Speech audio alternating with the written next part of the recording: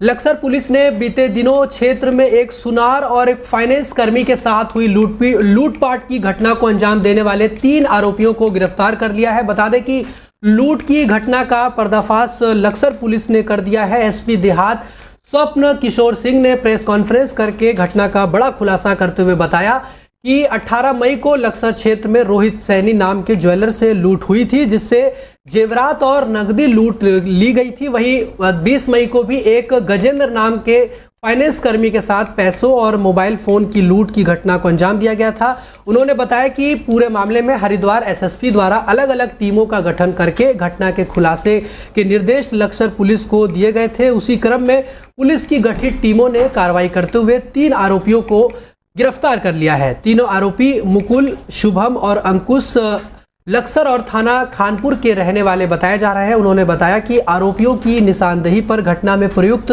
3 तमंचे और कारतूस सहित लूटी गई ज्वेलरी, नकदी और टैब और मोबाइल फोन भी बरामद कर लिया गया है। साथ ही घटना में प्रयुक्त एक मोटरसाइकिल और आरोपियों के द्वारा खरीदी गई एक बाइक भी पकड़ ली गई है। मई को एक ज्वेलर रोहित सैनी के साथ लूट की घटना हुई थी, जिसमें जेवरात और नकदी आदि लूटे गए थे। 20 मई को गजेंद्र सिंह नामक व्यक्ति के साथ जो फाइनेंस कर्मी थे, कलेक्शन के रुपयों की लूट की गई थी। साथ ही टैब वगैरह भी लूटे गए थे। इस घटना में लगातार एसएसपी सर के द्वारा टीमें गठित कर इन पूरी घटनाओं के अनावरण हेतु लगातार प्रयास करने के निर्देश दिए गए थे। उन निर्देशों के अनुपालन के क्रम में इंस्पेक्टर लक्सर के नेतृत्व में लगातार 3-4 टीमों ने काम किया और सीसीटीवी फुटेज और मैनुअल पुलिसिंग को कोऑर्डिनेट करते हुए, कड़ी से कड़ी जोड़ते हुए 3 अभियुक्तों मुकुल निवासी लक्सर और शुभम और अंकुश निवासी रोहाल की खानपुर को गिरफ्तार करने में सफलता हासिल की और उनकी निशानदेही पर घटना में इस्तेमाल 3 तमंचे और कारतूस आदि तथा घटना में जो लूटे गए ज्वेलरी थी, पैसे थे, टैब, मोबाइल फ़ोन, ये सभी बरामद करने में सफलता हासिल की। साथ ही उक्त घटना में लूटे गए रुपयों से जो मोटरसाइकिल इनके द्वारा क्रय की गई है, वो मोटरसाइकिल तथा घटना में प्रयुक्त मोटरसाइकिल भी बरामद करने में सफलता हासिल की गई है। अभियुक्तों ने पूछताछ में फरवरी माह में गंगनहर में भी लूट की एक घटना को अंजाम देना स्वीकार किया है। भविष्य में पुलिस कस्टडी रिमांड लेकर इनसे और पूछताछ की जाएगी तथा रिकवरी के लिए अन्य प्रयास किए जाएंगे। वहीं लक्सर के पंचेवली मंदिर पर आपको बताएं कि मेले में एक युवक को तमंचा लहराना उस समय भारी पड़ गया, जब वहां पर मौजूद लोगों ने युवक को पकड़ लिया और पुलिस के हवाले कर दिया। वहीं एसपी देहात स्वप्न किशोर सिंह ने जानकारी देते हुए बताया कि पंचेवली मंदिर के पास एक व्यक्ति के अवैध तमंचा लहराने की सूचना प्राप्त हुई थी, जिस पर तत्काल कार्रवाई करते हुए पुलिस टीम ने पब्लिक के सहयोग से आरोपी को गिरफ्तार कर लिया है, जिसके कब्जे से अवैध तमंचे को बरामद कर लिया गया है। उन्होंने बताया कि आरोपी श्रीकांत, जो कि पुत्र है राजवीर लक्सर के अकोड़ी खुर्द गांव का निवासी है, जिसका चालान आर्म एक्ट के तहत किया जा रहा है, जिसके बाद उसे माननीय न्यायालय के समक्ष भी पेश किया जाएगा। विगत दिनों पंचेश्वर मंदिर के पास एक युवक के द्वारा तमंचा लेकर उसको प्रदर्शित किए जाने की सूचना पुलिस के पास आई थी। इस सूचना पर त्वरित कार्रवाई करते हुए पुलिस ने पब्लिक के सहयोग से उक्त युवक को हिरासत में लिया और उसके कब्जे से उक्त तमंचा बरामद किया है। उक्त युवक का चालान आर्म्स एक्ट में किया जा रहा है और उसे माननीय न्यायालय के समक्ष पेश किया जा रहा है। वहीं मसूरी उप जिला चिकित्सालय में एक महिला ने जुड़वा बच्चों को जन्म दिया है। बताया जा रहा है कि मसूरी के उप जिला चिकित्सालय के इतिहास में ऐसा पहली बार हुआ है कि जब किसी महिला ने जुड़वा बच्चे को जन्म दिया है। गाइनेकोलॉजिस्ट डॉक्टर बीना सिंह ने बताया कि उनके द्वारा प्रसव से पीड़ित महिला की जांच की गई और तत्काल उसको अस्पताल में भर्ती किया गया। वह काफ़ी कठिनाइयों के बाद जो है उसने जुड़वा बच्चे को जन्म दिया है। डॉक्टर बीना सिंह ने बताया कि महिला प्रसव के दर्द के कारण काफ़ी पीड़ादायक स्थिति में थी, जिसके बाद उनके द्वारा महिला की जांच की गई और डिलीवरी के लिए उसे ऑपरेशन रूम में ले जाया गया, जहां पर एक बच्चा नॉर्मल तरीके से डिलीवर हो गया, तो वहीं दूसरा बच्चा जो कि जटिल हालत में था, जिसका पाँव और मुंह एक साथ बाहर आ गया था, उसको डिलीवर करना एक बड़ी चुनौती थी। उन्होंने बताया कि पहले तो यह सोचा गया कि महिला को देहरादून रेफर कर दिया जाए, परंतु महिला की जटिल हालत को देखते हुए उन्होंने अपनी टीम के साथ ही महिला के दूसरे बच्चे को भी डिलीवर करने के लिए एक रणनीति के तहत काम किया गया और करीब 1 घंटे की मशक्कत के बाद महिला का दूसरा बच्चा भी हुआ। उन्होंने कहा कि दोनों बच्चे स्वस्थ हैं और महिला भी पूरी तरह से स्वस्थ है। वहीं उन्होंने ये भी कहा कि मसूरी उप जिला चिकित्सालय में प्रत्येक मरीजों को हर संभव उपचार किया जाता है। वहीं बहुत गंभीर हालत के मरीजों को ही देहरादून में रेफर किया जाता है, परंतु कोशिश यही रहती है कि सभी मरीजों का इलाज एक ही छत के नीचे उपलब्ध कराया जा सके। वहीं मसूरी उप जिला चिकित्सालय के CMS डॉक्टर जितेंद्र और सीनियर डॉक्टर खजान सिंह चौहान ने भी बताया कि अस्पताल के इतिहास में यह पहला जुड़वा बच्चे की डिलीवरी हुई है।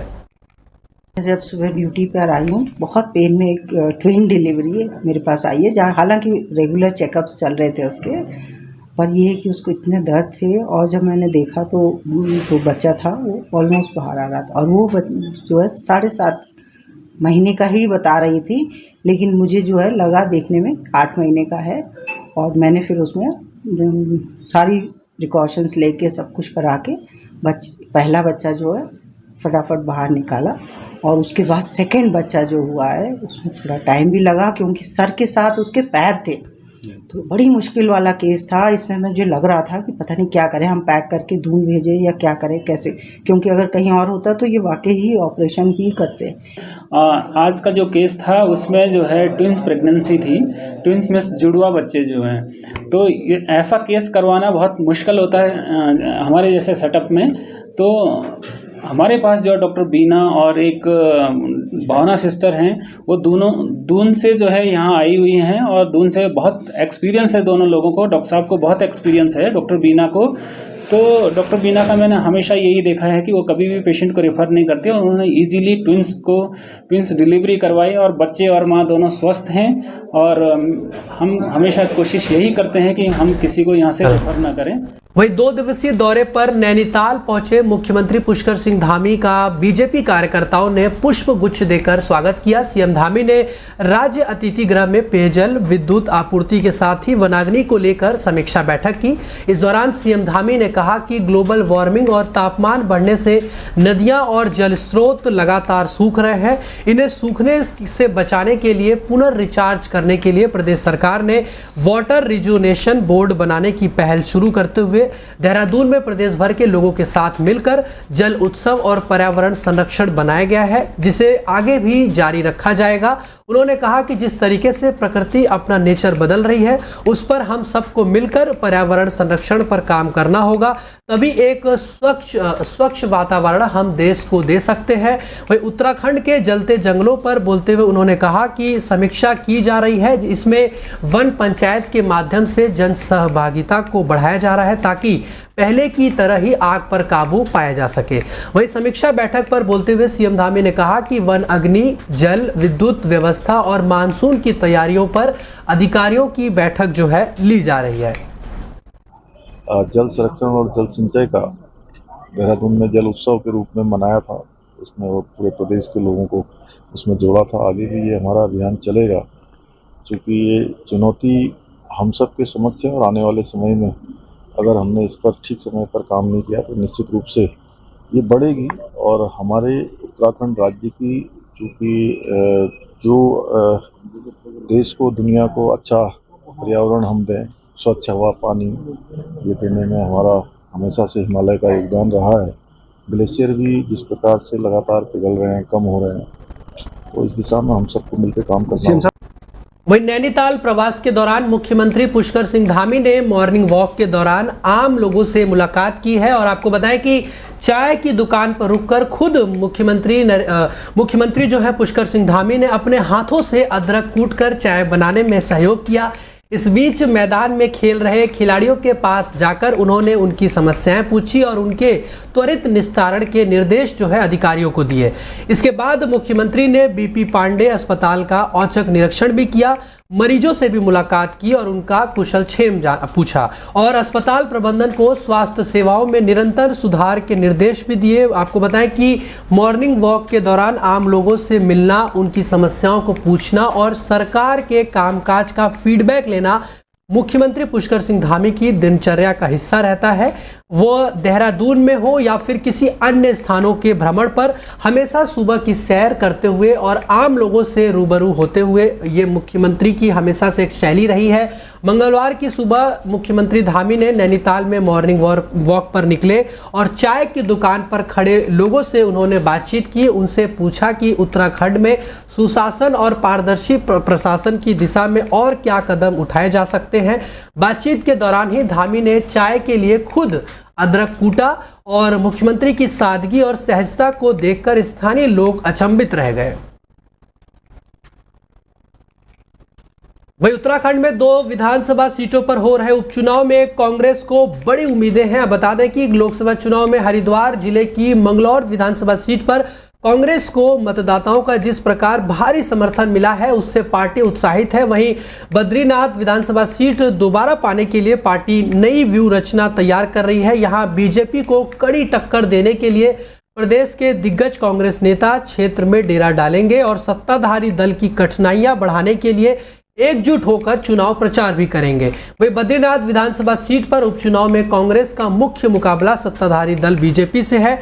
वर्ष 2022 के विधानसभा चुनाव में यह सीट कांग्रेस के खाते में आई थी और लोकसभा चुनाव के अवसर पर कांग्रेस विधायक राजेंद्र भंडारी बीजेपी में शामिल हो गए। यह सीट रिक्त होने से कांग्रेस को विधानसभा में एक सीट से हाथ धोना पड़ा है। यही कारण है कि सीट पर उपचुनाव को पार्टी प्रतिष्ठा का प्रश्न बनाई हुई है। बीजेपी ने इस सीट से पूर्व विधायक राजेंद्र भंडारी को चुनावी मैदान में उतारा है। भंडारी के साथ ही कांग्रेस में उनके साथ जो कार्यकर्ताओं की भी टीम पर बीजेपी जो है वो बीजेपी में शामिल हो चुकी है। यही कारण है कि कांग्रेस ने इस सीट पर प्रत्याशी के चयन में जातीय और स्थानीय समीकरण का पूरा ध्यान रखा ताकि भंडारी को कड़ी चुनौती दी जा सके। वहीं कांग्रेस प्रत्याशी लखपत बुटोला जिला पंचायत के उपाध्यक्ष और कुछ समय के लिए अध्यक्ष भी रह चुके हैं। वहीं उत्तराखंड भीषण गर्मी की मार झेल रहा है। मैदान से लेकर पहाड़ तक तपिश के कारण जनजीवन प्रभावित हो रहा है। मैदानी क्षेत्र में पारे ने सभी रिकॉर्ड ध्वस्त कर दिए हैं। लू की थपेड़ों से आमजन बेहाल है। वे लगातार 10 दिनों से मैदानी क्षेत्रों में तापमान 40 डिग्री सेल्सियस से अधिक दर्ज किया जा रहा है, जो कि सामान्य से 6 से 9 डिग्री सेल्सियस अधिक है। वहीं रात के समय भी उमस भरी जो है गर्मी से लोग बेहाल है। हरिद्वार में तापमान सर्वोच्च स्तर पर पहुंच गया है, जबकि दून में भी 122 वर्षों में यह जून में सबसे ज्यादा गर्मी देखने को मिल रही है।